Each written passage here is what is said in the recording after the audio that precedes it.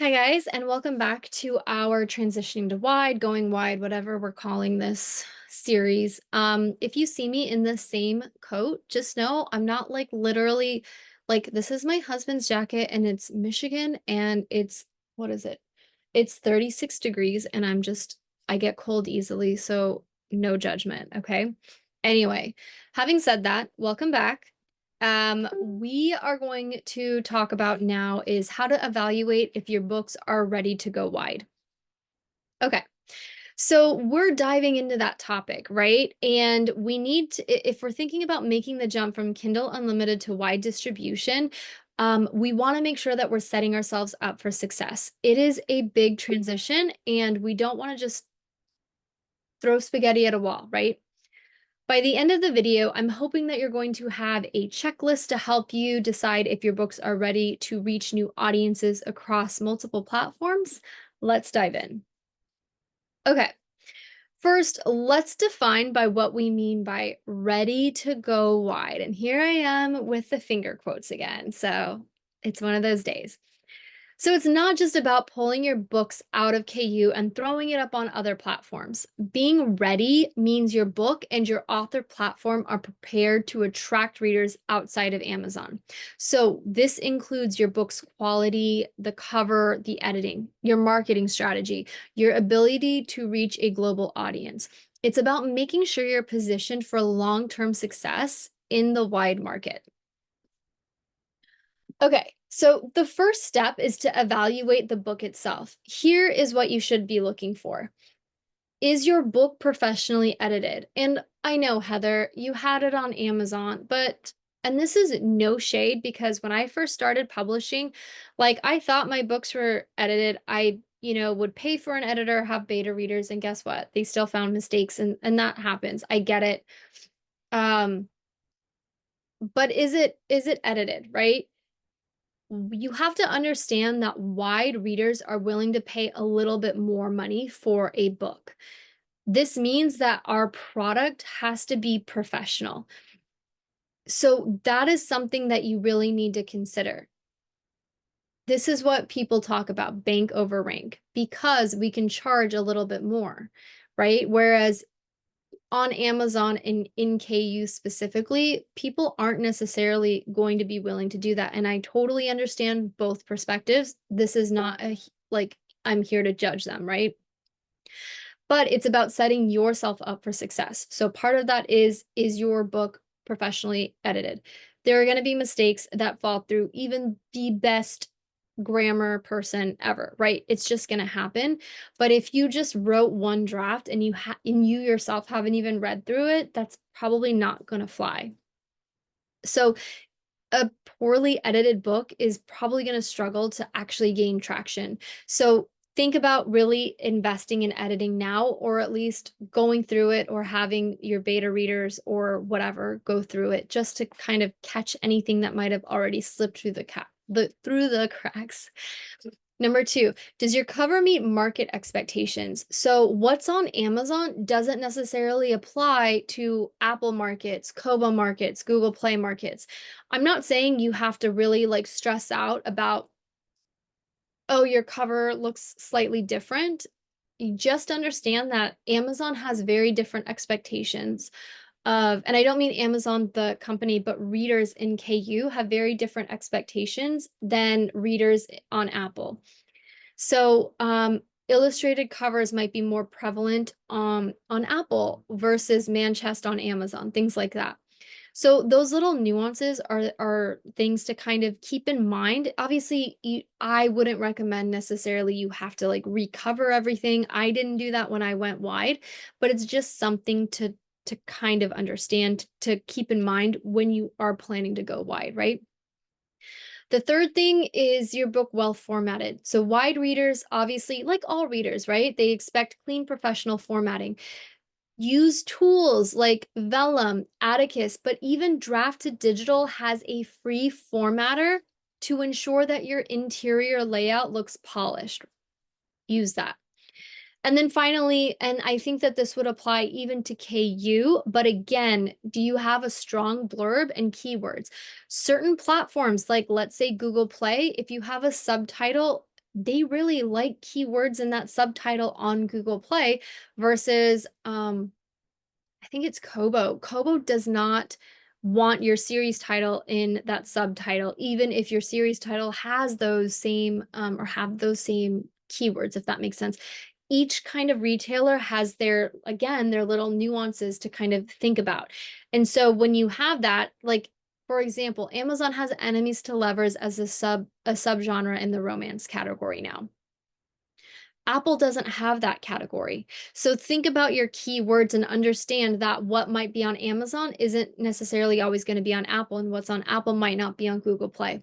So again, I'm not trying to overwhelm you. I'm not trying to say you have to take all of these copious notes in order to succeed, because guess what? I definitely didn't. But just understanding that the keywords might hit differently on Amazon than it would on Barnes and Noble. Just again, things to keep in mind, right?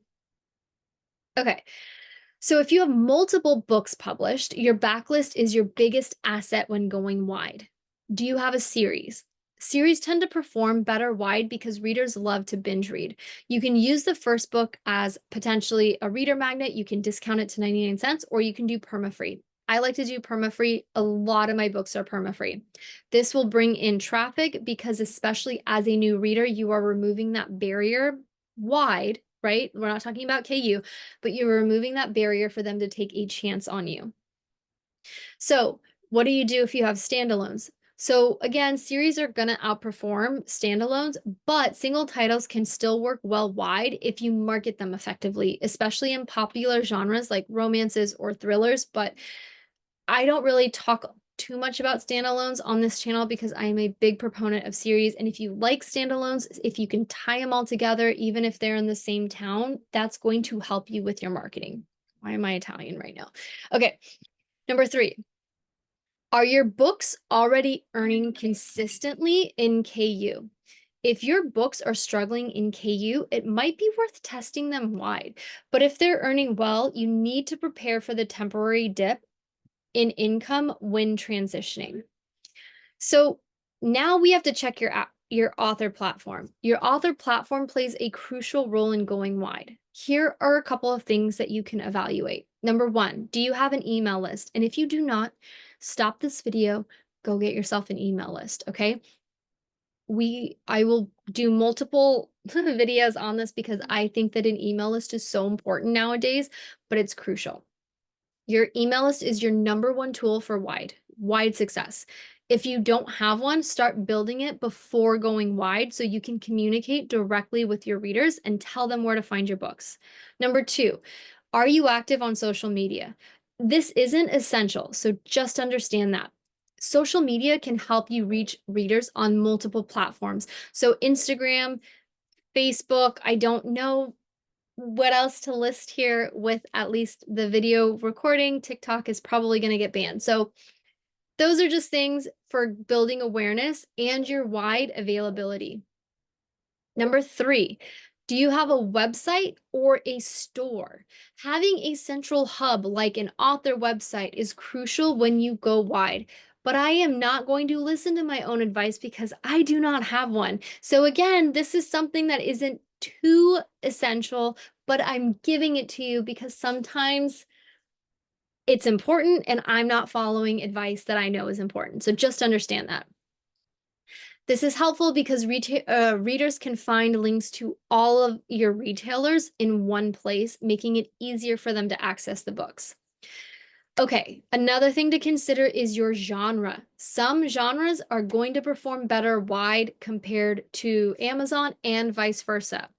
So what's great wide? Romance, thrillers, cozy mysteries tend to do well across platforms because they just appeal to global readers.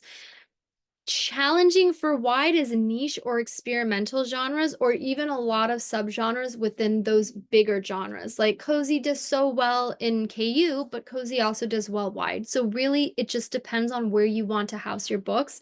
And honestly, it's all about testing.